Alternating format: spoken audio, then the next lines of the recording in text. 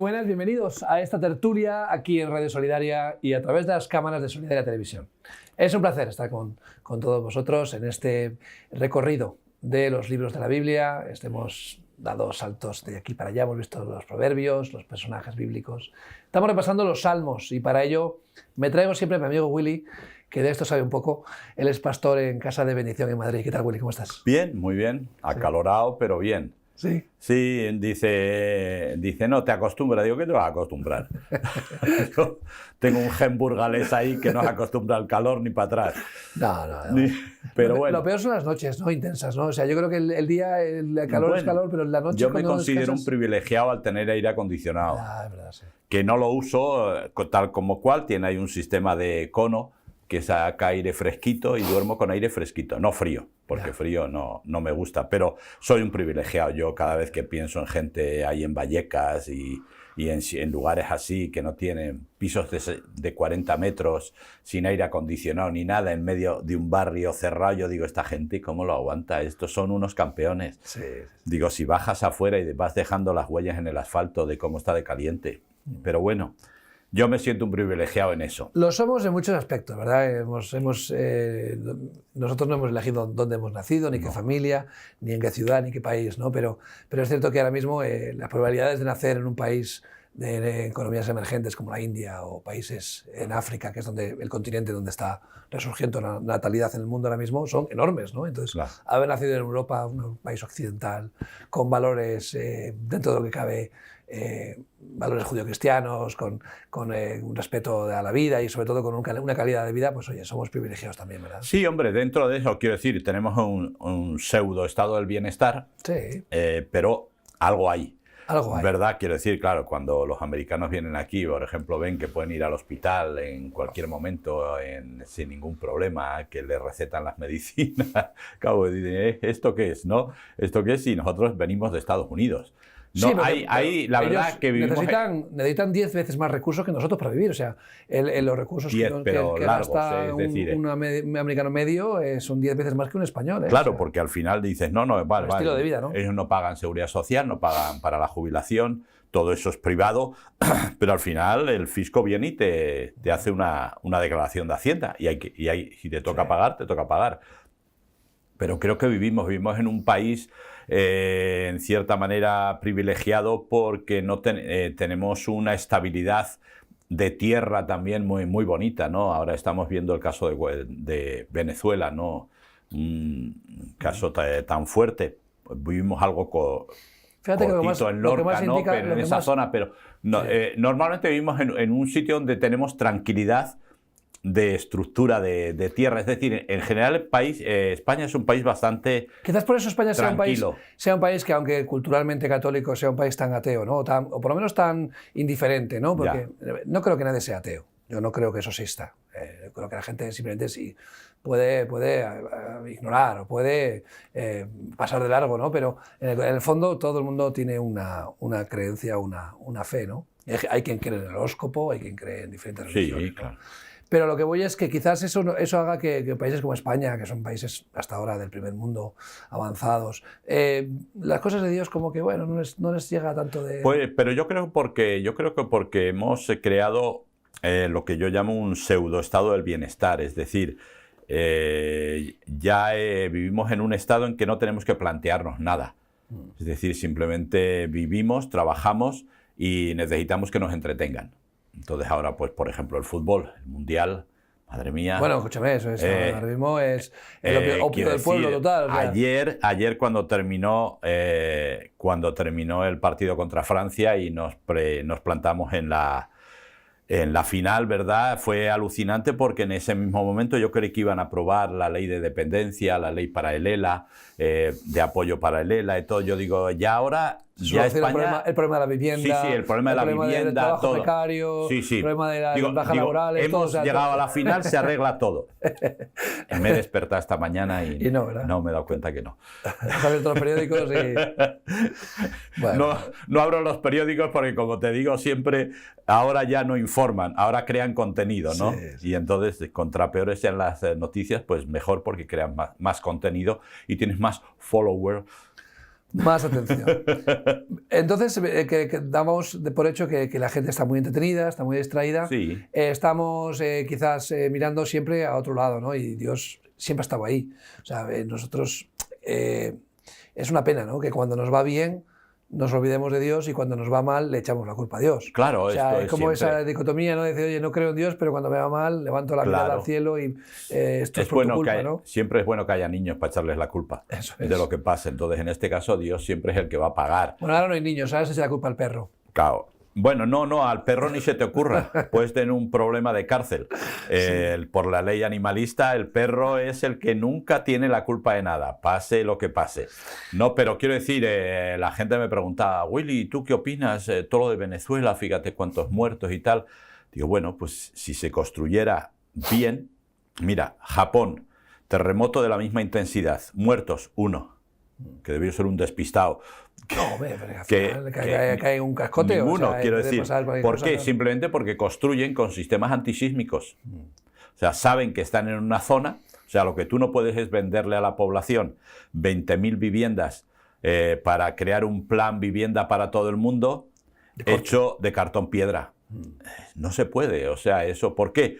Porque nunca va a pasar, pero pasa. No, la enfermedad de estos países realmente es la corrupción, ¿no? O sea, que realmente ahora... Por desgracia, esa enfermedad creo que en todo el mundo es algo claro, parecido. Allí lo que se nota claro, más. En Japón, a lo bestia. En Japón dimite a alguien por haber mentido en un currículum. O sea, y el presidente de lo que sea, que hace poco, estaba en la cárcel en Corea del Sur por haber engañado no sé qué. O sea, una cosa que aquí dirías, eso es un lunes por la mañana. ¿Sabes? Y allí ni te cuento, ¿no? O sea, en países donde, aparte de la pobreza extrema que está muy mal repartida, con una corrupción moral, hay una corrupción real, ¿no? Entonces, el ser humano, vemos la tendencia de siempre. O sea, a donde apunta siempre es a lo mío y lo de los demás también, ¿no? Claro. Y entonces Dios se indigna con nosotros cuando decimos, oye, es que Él pone las circunstancias para que podamos elegir, podamos tomar buenas decisiones, y cuando tomamos buenas decisiones o cuando nos van bien las cosas, pues nos olvidamos de Él, ¿no? Es que sí, yo creo que nos colgamos la medalla. Claro, nos hemos inventado la teoría de la evolución para poder incluso eliminar a Dios, ¿no? De que no tenga ningún mérito, ¿no? Que Dios no tenga ningún mérito para poder agradecer ni siquiera la existencia, cuando en el universo la existencia es tan extraña, tan rara, tan difícil de probar, que por lo menos merecería la pena decir, oye, pues por lo menos Dios ha creado las condiciones para que exista la vida, ¿no? Y gracias a esas condiciones y a las oportunidades que Dios ha puesto, pues yo, en mi mejor o mi peor manera, he podido salir adelante. O sea, lo mínimo sería reconocer, ¿no?, que Dios ha creado una oportunidad, nos ha dado la oportunidad, primero de vivir y luego de desarrollarnos y crecer, ¿no? Claro, pero no interesa, o sea, la simple idea de Dios no interesa. ¿Por qué? Porque la simple idea de Dios es la idea de que hay alguien a quien tenemos que dar cuentas, y por lo tanto remueve conciencia. Ni siquiera cuentas, claro, Willy, solo con que tiramos gracias. Claro. O sea, solamente con que tiramos gracias. Yo creo que los judíos, sabes que tienen las llamadas 7 leyes de Noé, ¿no? O sea, que hay una especie de leyes universales para la humanidad, y luego las leyes hebreas para el pueblo judío, ¿no? Como que ellos tienen que cumplir con los 613 mandamientos, pero para los gentiles hay como 7 leyes. Y son muy básicas: gobiernos justos, sin corrupción, respeto por la vida, o sea, ni siquiera son los 10 mandamientos, es algo todavía más abreviado. Y los sabios dicen, si la humanidad cumpliera solamente con esos 7 requisitos, la vida o sea, nos iría muchísimo mejor, claro, a todos. Hablo en términos generales. Sí, no. Porque luego cada uno tiene que tener su propia... Pero hablando de la gobernanza, del mundo, de gobiernos, o sea, 7 cositas, o sea... Reconoce a Dios, no le ataques, no le te enfrentes a Dios, no vayas siempre en contra de Dios, agradece a Dios, ya está, no tienes que obedecerle en todo, no tienes que ser religioso, solamente reconocer que existe y agradecerle por lo que tienes. Sí, pero ya te digo que en ese caso empezaríamos a enfrentar nuestra conciencia, y eso es algo que la gente hoy no quiere. Pero no, lo vemos en todo, es decir, los políticos son acusados de ciertas cosas y lo niegan absolutamente todo, aunque las pruebas sean tan descaradas que no haya forma, pero hay que negarlo. Pero los futbolistas, ves que le ha dado una patada y dices, no, árbitro, yo no he sido. O sea, es decir, todo el mundo... no quiere responsabilidad. Y eso, claro, a mí siempre me lleva al huerto del Edén. a Génesis capítulo 3, es decir, me lleva a que Dios ha puesto responsabilidad en nosotros y nosotros no la queremos. O sea, ¿quién es todo el mundo? No, el cambio climático, no sé qué, no sé cuánto. Sí, pero yo sigo, a mí me interesa más el dinero, que mis empresas funcionen, no importa si contaminan lo que haga falta. Yo quiero que a mi gente, aunque esté enferma, pero que sea rica. Entonces dices, no somos responsables. O sea, islas de plásticos por el mar, ahora a la gente le interesa tres pitos el famoso estrecho de Hormuz, lo único que ocurre es que al final pagamos la gasolina más cara, es decir, pero Irán quiere recaudar dinero con un peaje que son aguas internacionales, por lo menos en bastante parte de esto. Entonces, es decir, al final la gente no quiere, ¿no? Y esto es un poco lo que le llevó al pueblo de Israel a acabar en lo que relata el Salmo 126, que es de lo que no crea la gente que nos hemos ido. No nos hemos oído. Entonces, quiero decir, el pueblo de Israel dejó de ser responsable de lo que Dios le había dicho, y tuvo que pasar por la cautividad. Y aquí el Salmo 126, la verdad que es un salmo de esperanza, es una játiva, es un salmo de esperanza, pero lo que nos está relatando es que están cautivos, y están cautivos por no ser responsables. Y Dios no les pedía más que una cosa concreta: estate conmigo, no sirvas a otros dioses. Nada más. O sea, partiendo de ahí, todo lo demás se daba por... o sea, iba a salir, iba a ir hacia adelante. Solamente eso. Es decir, no, adórame, no sé qué es lo que la gente dice de nosotros. No, es que, claro, tenéis un Dios que os exige adoración. Digo, a mí Dios no me exige nada. O sea, me exige más Hacienda que Dios. Digo, entonces a mí no me exige nada. Yo se lo doy. Es decir, la gran diferencia es cuando tú funcionas por amor. O sea, cuando tú a tu esposa le das algo porque te exige, malo, muy malo. O sea, tú se lo das porque la quieres y ella no te exige absolutamente nada, y viceversa, lógicamente, ¿no? Entonces, quiero decir, es donde está aquí, ocurre lo mismo. Entonces, al final, el pueblo de Israel dejó de ser responsable. Y cuando dejó de ser responsable, pues Dios dijo, si queréis no ser responsables o ser irresponsables, pues yo no me responsabilizo de vosotros. Así que simplemente el devenir de la historia pues va a hacer su trabajo. Llegaron los asirios, se llevaron a las 10 tribus del norte, y llegaron los babilonios posteriormente, se llevaron a las 2 tribus del sur, que para mí es parte de este salmo, es que eso es lo que normal. Relata. Lo normal, pero es el devenir de la historia, iban conquistando tierras. A eso voy, que eso es lo normal. Lo que no es normal es lo extraordinario, es la supervivencia del pueblo de Israel, Claro. pueblo pequeño entre tantas naciones. Hoy en día pasa lo mismo.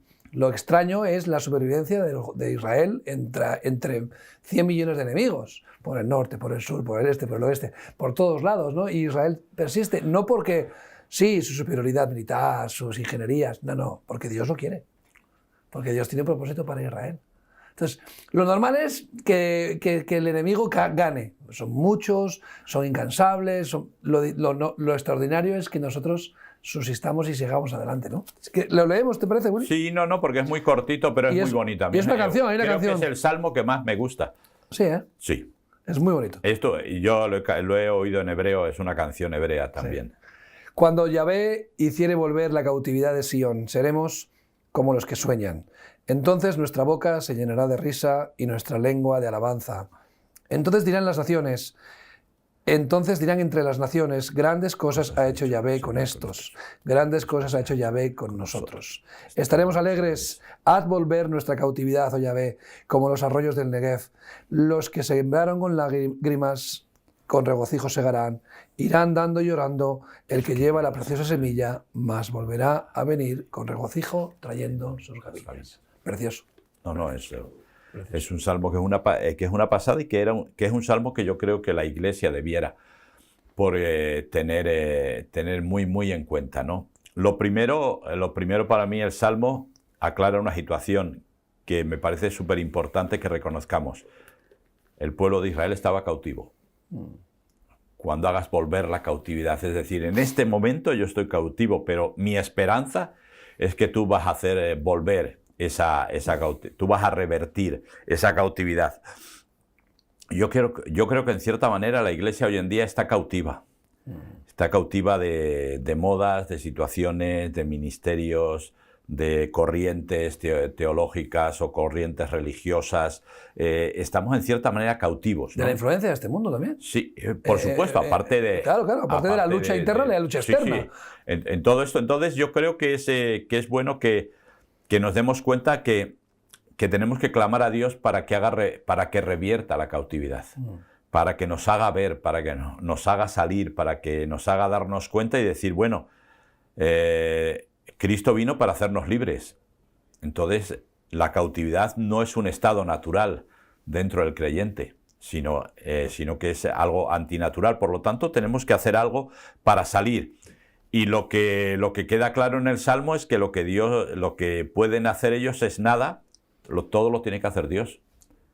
O sea, tú nos harás volver de la cautividad, tú nos sacarás, y luego ya te digo, para mí es un salmo precioso, ¿no? Porque dice que seremos como los que sueñan. Claro, los que sueñan no se enteran, en realidad no se enteran de lo que está pasando. Es decir, están viviendo... ahora sería muy parecido a lo de las gafas de realidad virtual, ¿verdad? Que parece que vas a tocar las cosas y todo, pero no puedes tocar, o sea, no tocas nada. En realidad todo sigue siendo en el mismo sitio, todo es una ilusión. En este caso no es una ilusión, es una realidad de Dios, pero en formato de sueño. Y yo creo que la Iglesia tenemos que volver a soñar, pero soñar las cosas de Dios. Claro. Es decir, ¿por qué? Porque soñamos un templo más grande, soñamos una congregación más grande, soñamos en muchas cosas, pero no soñamos la realidad de Dios. Y la realidad de Dios es bien sencilla, la realidad de Dios es que la gente le conozca. Esa es la realidad de Dios. En base a eso, pues tenemos el trabajo de predicar el Evangelio, trabajo entre comillas, ¿verdad? La obra social, el estar con la gente, consejería, consuelo, tantas cosas, ¿no? Pero quiero decir que no es solamente una cuestión de decir, bueno, salimos, evangelizamos y ya está todo, no. Luego que hay que cuidar de la gente. Y eso es un poco los sueños de Dios. O sea, por eso Dios desde el principio, desde la caída en Génesis capítulo 3, lo fue preparando todo para que el hombre pudiera volver a reconciliarse con él. Y estamos hablando de los primeros patriarcas, ya hablamos de los jueces, ya hablamos del pueblo de Israel, ya hablamos de los reyes, ya hablamos de los profetas, y al final hablamos de Jesús. Es decir, Él tiene que enviar a su unigénito, ¿verdad? Para que haya una reconciliación. Y tenemos que hablar posteriormente de la obra del Espíritu Santo en nuestra vida. Pero todo el trabajo de Dios de miles de años y de todo, al final simplemente tiene que ver con que nos podamos reconciliar con Dios. Se ha acusado mucho a la Biblia y a la fe, o sobre todo a las religiones, ¿no? De querer traer esclavitud, incluso de justificar la esclavitud, ¿no? Y de hablar de como que la religión es un gran peso.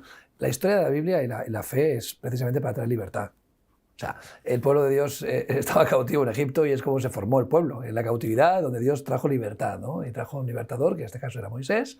Y en el Nuevo Testamento tenemos a un pueblo en cautividad igualmente, en este caso por el yugo romano, pero la cautividad era del pecado, ya no estaba tan implícita la esclavitud, sino que vino Jesús a traer libertad a nuestros corazones, que fue un poco el malinterpretado el mensaje de Jesús, ¿no? Sí, Dice, yo vengo, mi reino no es este mundo, mi libertad es algo que trasciende digamos, las fronteras de este mundo, ¿no?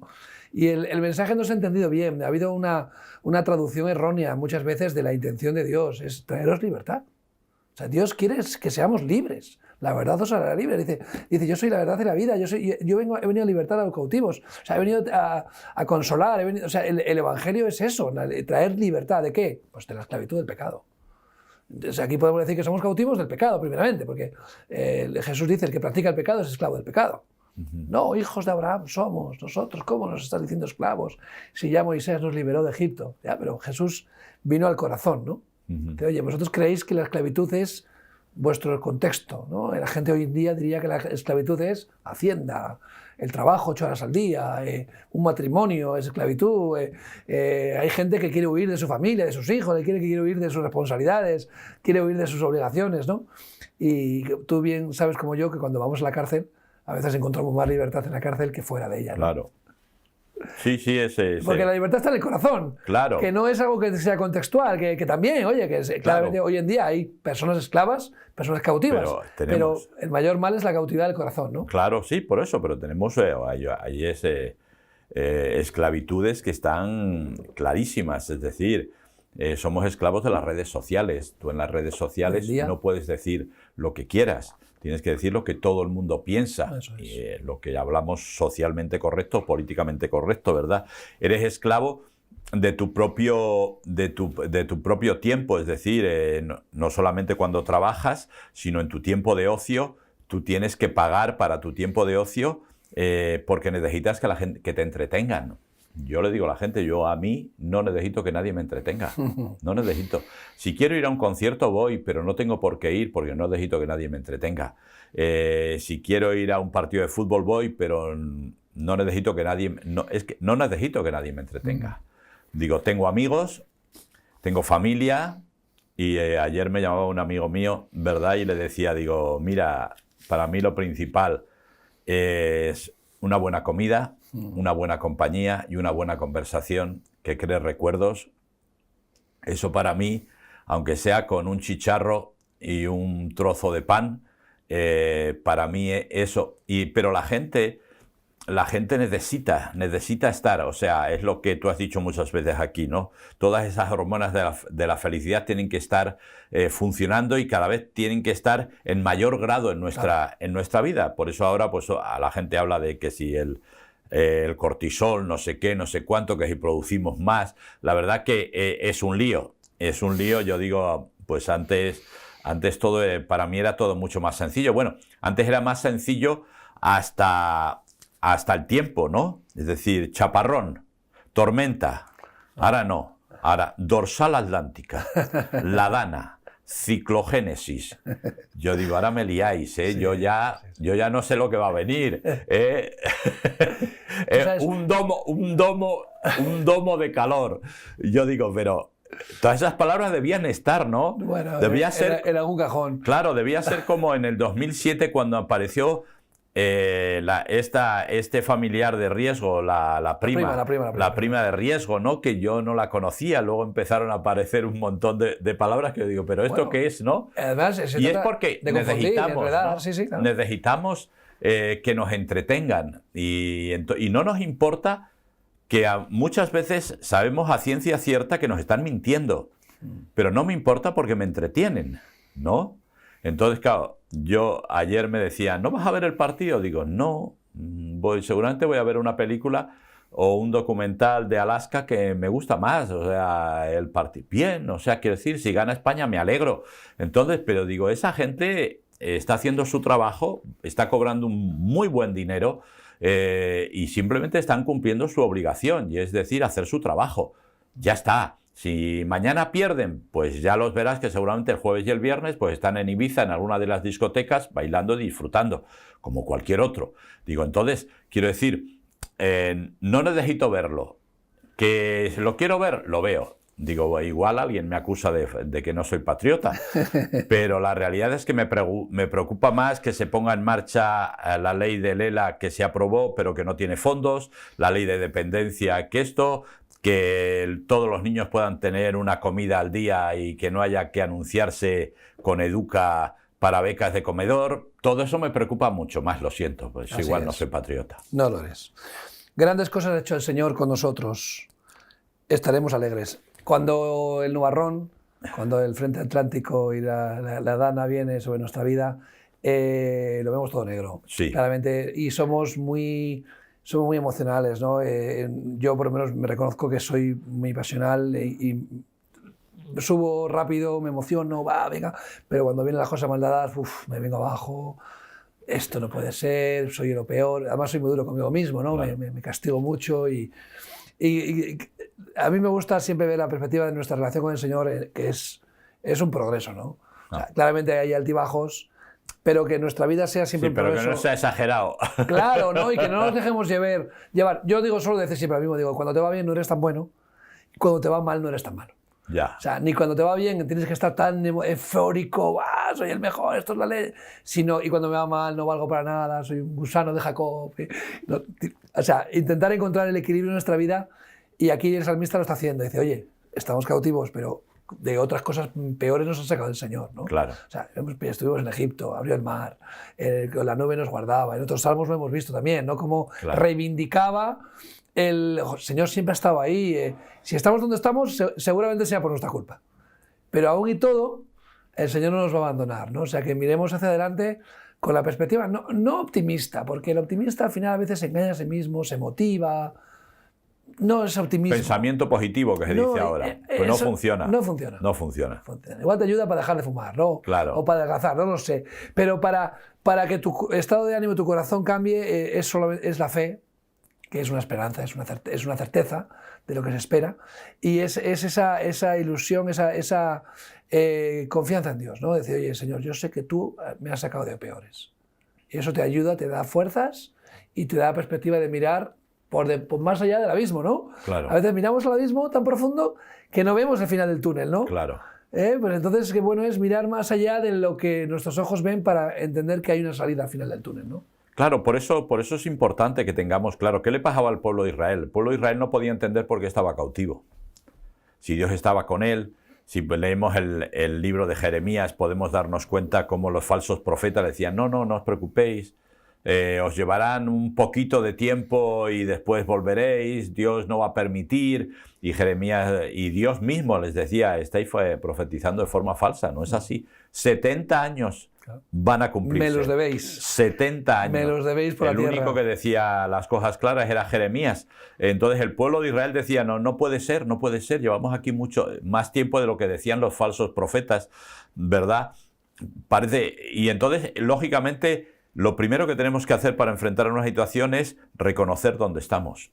Es decir, lo estoy pasando mal, a veces es por mi culpa, a veces son las circunstancias externas, a veces no tengo yo la culpa, pero estoy pasándolo mal. Lo primero que tengo que hacer es reconocerlo. ¿Por qué? Porque cuando reconozco la situación, entonces en ese momento es cuando clamo a Dios. Y cuando Dios empieza a funcionar.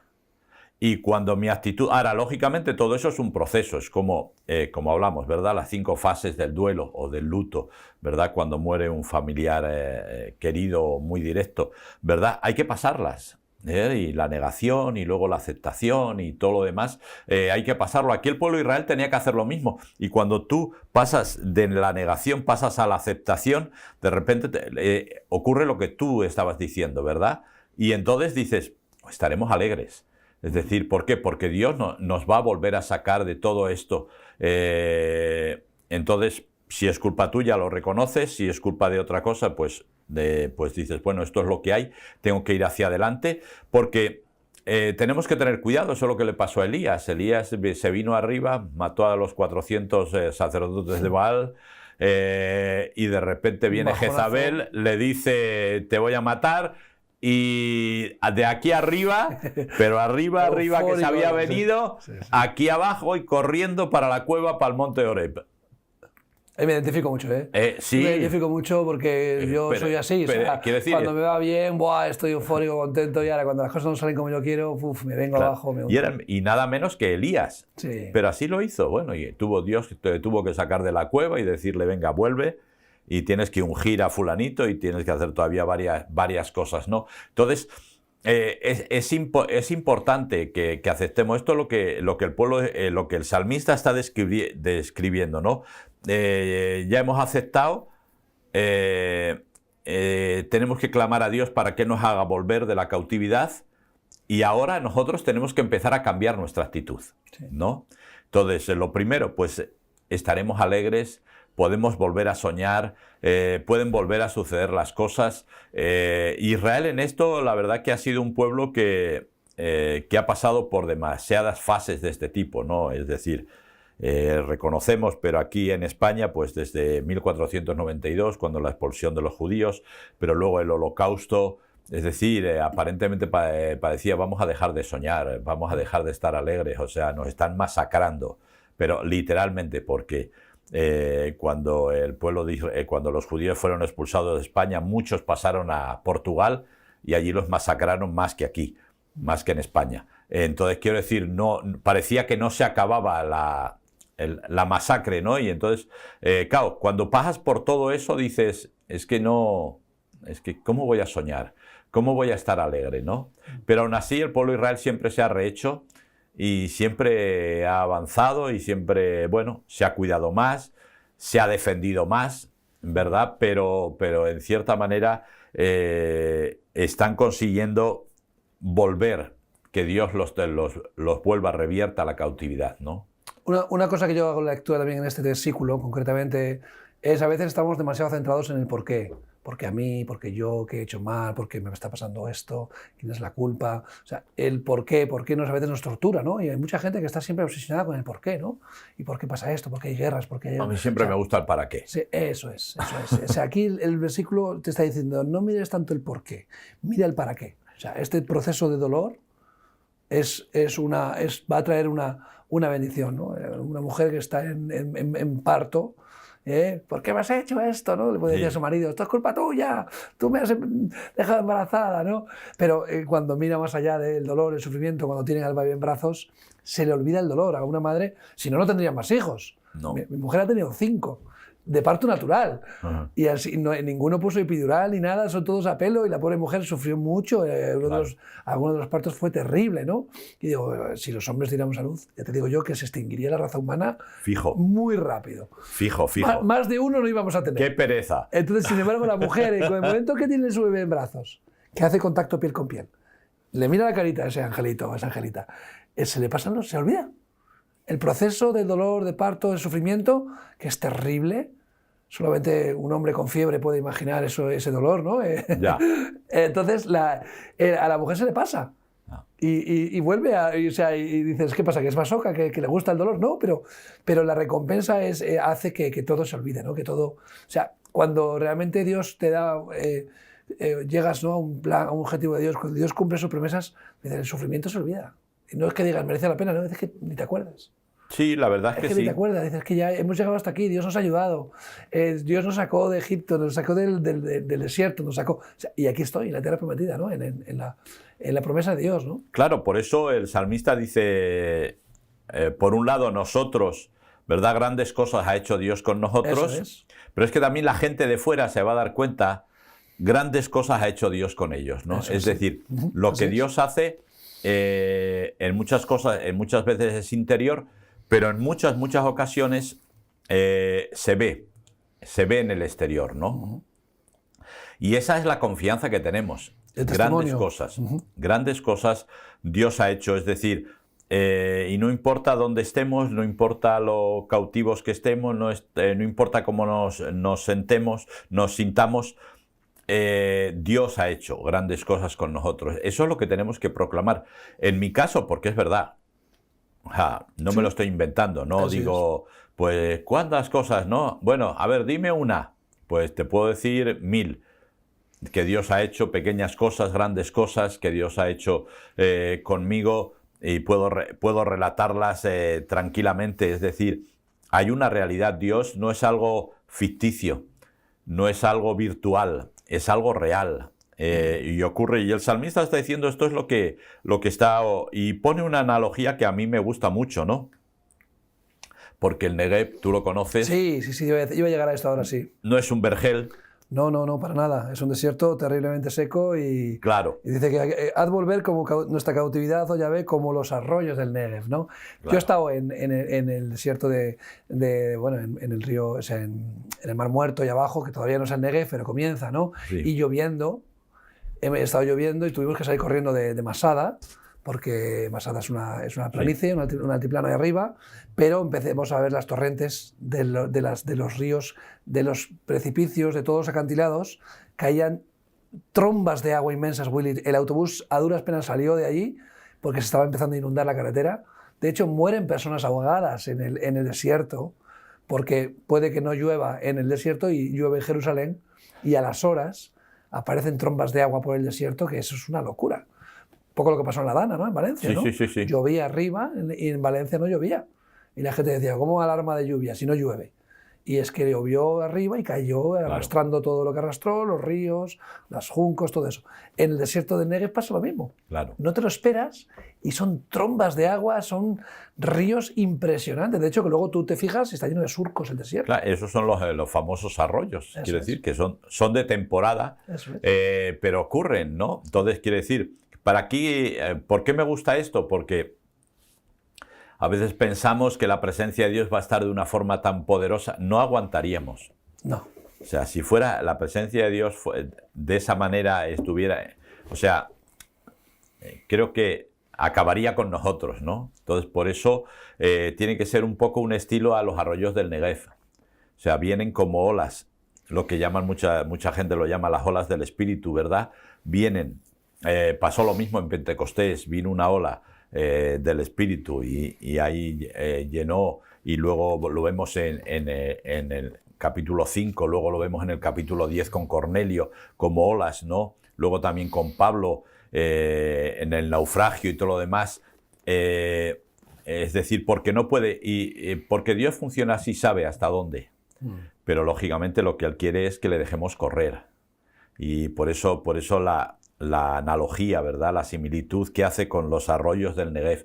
Son arroyos que cuando se llenan de agua, se llenan de agua. Se llenan de agua. O sea, no es una broma. Es que no hay quien lo pare, ¿eh? Como Es diría, que no hay quien lo pare, ¿eh? Como dirían en castellano, no es una sosería. No es una sosería, es abundante. Es decir, Dios siempre funciona con abundancia. Y después empieza a hablar de cómo nos vamos a sentir. Pero hay mucha gente que dice, no, claro, el Espíritu Santo lo va a hacer, se van a mover las olas del Espíritu, o sea, el Espíritu Santo lo va a hacer todo. Pero el salmista dice, no. Dice, irá llorando y andando el que lleva la semilla. Eso es. O sea, hay que llevar la semilla. La preciosa semilla, dice. La palabra. Entonces creo que la palabra es la preciosa semilla por antonomasia, ¿verdad? Fíjate que antes dice... Pero hay que llevarla. Sí, dice, los que sembraron con lágrimas, con regocijo segarán, ¿no? No hay dulce sin salado, ¿no? Claro. No hay tristeza sin alegría. O sea, al final, yo no soy a favor del bien y el mal, el equilibrio entre el bien y el mal, no estoy hablando de eso, estoy hablando de que valoramos las cosas más. Sí, es ¿no? causa-efecto. El que no ha tenido nunca nada, cuando tiene algo valora más, ¿no? El que le sobra por todos lados no valora las cosas, ¿no? Quizás, ¿no? Y a veces Dios quiere que también pasemos por las tribulaciones, las tormentas, pues para valorar más, ¿no? Y saborear mejor, ¿no? Las cosas de Dios y estar más agradecidos, ¿no? Y por eso decir, oye, no estás contento el que no tiene nada que perder, ¿no? O sea, no echas de menos algo hasta que no lo pierdes, ¿verdad? Claro. No, y esto es uno de los grandes problemas, es decir, sembrar es trabajo, es incertidumbre, es inseguridad. Es decir, cuando el labrador siembra, aunque ahora tengamos máquinas y tengamos un montón de cosas y las semillas se traten de una manera y de otra, etcétera, etcétera, y se tengan abonos y tal, pero si vamos a los tiempos de Israel, ¿verdad? Que podíamos hablar de los tiempos de Israel o de cualquier otro lugar donde se sembraba a mano esa bolsita y se iba sembrando, no tenías nada para espantar los pájaros que se podían comer la semilla. El único fertilizante era el estiércol de los animales que tenías. Había que levantar los surcos con el arado y las vacas o las mulas si tenías. Es decir, todo era un trabajo. Es decir, sembrar tiene lágrimas. Es una realidad. Es decir, ¿por qué? Porque siembras y a veces dices, ¿por qué estoy cansado ya de hablarle a la gente, de decirle a la gente no hace caso, luego la gente hace lo que le da la gana, y yo siembro, pues es que ese es tu trabajo, sembrar. Y tienes que aceptar que vas a sembrar con dolor. Es el parto. Es decir, vas a sembrar con dolor y vas a sembrar con lágrimas. Y si no haces eso, no esperes recoger, ni cosechar con regocijo, ni traer tus gavillas. No esperes, porque no va a ocurrir. No va a ocurrir. Ahora, con esto no quiero decir que ahora la gente salga, cojan todos 14 folletos, se vayan a la puerta del metro y empiecen a dar folletos y hablarle a la gente. No, es tu vida la que habla. Claro. ¿Y dónde tienes que testificar primero? En tu casa. En tu casa, con tu esposa, con tu esposo, con tus hijos. Testifica, da testimonio, siembra la preciosa semilla. Y después en la iglesia, y después en tu trabajo, y después con la gente que te rodea, con tus vecinos. Siembra, pero siembra tu vida. ¿Por qué? Porque estamos en un mundo donde estamos cansados de palabras. Pues dentro del próximo año toca elecciones generales. Nos van a prometer el oro y el moro. Nos van a decir lo que tú quieras. ¿Qué quieres? ¿Qué quieres que te prometa? Yo te prometo. ¿Verdad? Pero la realidad es que luego los hechos nos demuestran que no es así. ¿Y eso qué significa? Que las palabras se las lleva el viento y que eso no es la preciosa semilla. La preciosa semilla es la palabra de Dios que cae en tu corazón, que la cambia y que tú le das a los demás. Por eso, ¿verdad? Se hablaba de Belén como la casa del pan. La casa del pan, el lugar donde vas a comer, Betlem. Entonces es importante que nos demos cuenta de esto, de que si la gente te rechaza, si hay dolor, si hay incertidumbre, si hay inseguridad, es lo normal. Pero este es el preludio de lo que va a ocurrir. ¿Qué va a ocurrir cuando el labrador empieza a ver cómo primero salen esos tallitos verdes que parecen nada, ¿verdad? Luego van creciendo, se van haciendo más grandes. Después viene el sol, ¿verdad? Y esos empiezan a volverse amarillos, empiezan a llenarse de grano las espigas y ya cogen cierto tamaño. El labrador respira y dice, aquí está, ahora vamos a por la cosecha. Lógicamente la cosecha ahora no es como antiguamente, ahora metes la máquina cosechadora y ella lo hace todo, te hace las pacas de paja, pero en aquel tiempo lógicamente no, había que coger la hoz, y a pleno sol, sombrero de paja, y había que ir segando. Pero trillar y claro, pero ¿cuál era la gran diferencia? La gran diferencia era que tú estabas trabajando con algo que ya sabes que vas a recoger. Y yo creo que eso es lo que Dios tiene preparado para la iglesia. Es decir, Dios va a llegar un momento, y además la palabra de Dios nos enseña, dice que va a llegar un momento que el que cosecha alcanzará al que siembra y el que siembra al que cosecha. Es decir, va a ser todo tan rápido, que es lo que ocurre, porque las dos fiestas judías siempre son una en principio de primavera, donde normalmente lo que presentamos son las primicias, ¿verdad? Pero la gran cosecha luego viene en otoño, ¿verdad? Tabernáculos, Sukkot, y esa es tan grande, tan abundante, que podía dar. Cuando entró el pueblo de Israel a la tierra prometida, vivieron ese año de la cosecha anterior, que ellos no habían sembrado, que ellos no habían trabajado, pero que se había quedado allí. Es decir, son casos excepcionales, pero lo normal es que tenemos que trabajar y tenemos que sembrar. Y también tenemos que descansar, porque lógicamente Dios establece el día de reposo como un mandato dentro de los 10 mandamientos. Eso debería ser una ley universal. Es que el día de reposo... Una de Noé. Una de Noé, esa tiene que ser. Porque si trabajamos en exceso y creemos que todo es proceso nuestro, ¿no? Le quitamos la gloria a Dios, ¿no? Y descansar un día, fíjate, en estos tiempos bíblicos, que había que trabajar muy duro los animales. Hombre. Los animales también debían de descansar. Y la tierra debía descansar, con su barbecho cada 7 años, con su redención cada 50. O sea, todo el proceso de Dios era decir, sí, trabaja, pero confía en mí. El día de reposo dedícamelo a mí, porque quiero que tengas una vida espiritual, con el maná y con tantas cosas que dices, vale, hay que trabajar, pero confía, yo soy el que da crecimiento, yo soy el que hace el milagro, tú haz tu parte, pero déjame que yo soy... Y en el espiritual es lo mismo, ¿no? Tú estás hablando de sembrar con lágrimas, de orar, sobre todo las lágrimas yo creo que tiene que ver con la intercesión, ¿no? La oración por la siembra, ¿no? Claro. Siembras y uno ora esperando que Dios dé el crecimiento. Claro. A veces nos afanamos nosotros en querer hacerlo todo y es confía en el Señor. Confía en el Señor. Vamos a cosechar, va a haber una colecta, va a haber una bendición, llegaremos a la tierra prometida. O sea, esa es la parte de la fe, ¿no? Señor, yo he hecho lo que me has pedido y ahora está en tus manos. Confío que tú harás lo mejor, ¿no? Para nosotros, ¿no? Y claro. Qué bonito esa relación, ¿no? De que Dios nos deja participar, porque en realidad no nos necesita, pero nos deja participar en su obra para que la valoremos, para que la hagamos nuestra, para que, como somos sus hijos, sus herederos, y diga, te dejo participar en mi obra, pero el que gestiona el asunto soy yo. Claro, por eso a veces cuando somos buenos labradores, ¿verdad? Y a veces nos levantamos por la mañana y el cielo está cubierto, amenaza tormenta, ¿verdad? O amenaza granizo, tenemos que confiar en Dios, porque el labrador tiene que confiar porque no puede hacer nada. No puede salir al campo y poner toldos de lo que sea para cubrir un campo de 20 hectáreas. No puede hacer nada. Simplemente confiar que si hay granizo no dañe demasiado, que no haya granizo, que haya solo lluvia, que la lluvia le viene bien.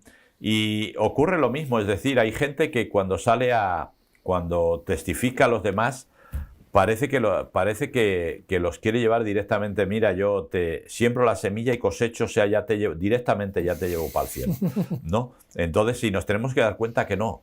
Es decir, hay una siembra y después hay un trabajo del Espíritu Santo. Es decir, como dice Pablo, yo sembré, Apolo regó, pero el crecimiento lo da Dios. Y es así, o sea, es la misma analogía cuando siembra el labrador. Tiene que confiar que las cosas salgan. Y a veces salen y a veces no salen. A veces viene demasiado pronto el sol, el calor, las espigas no han crecido suficiente, no han granado suficiente y la cosecha es pobre. Y tienes que esperar el próximo año. Y tienes que confiar que lo que has recogido el año anterior te va a servir para 2 años. Pero ocurre lo mismo con Dios. Es decir, a veces testificas y testificas y testificas, pero no ocurre nada, no pasa nada. Seguimos sembrando, seguimos sembrando. ¿Por qué? Porque confiamos que Dios va a traer una gran cosecha. Y entonces, ¿qué hacemos? Nos preparamos. El labrador está pensando porque sabe que cuando va a haber un tiempo, ¿verdad? Finales de junio, principios de julio, donde tiene que estar atento y tiene que estar preparado porque va a tener que salir a cosechar.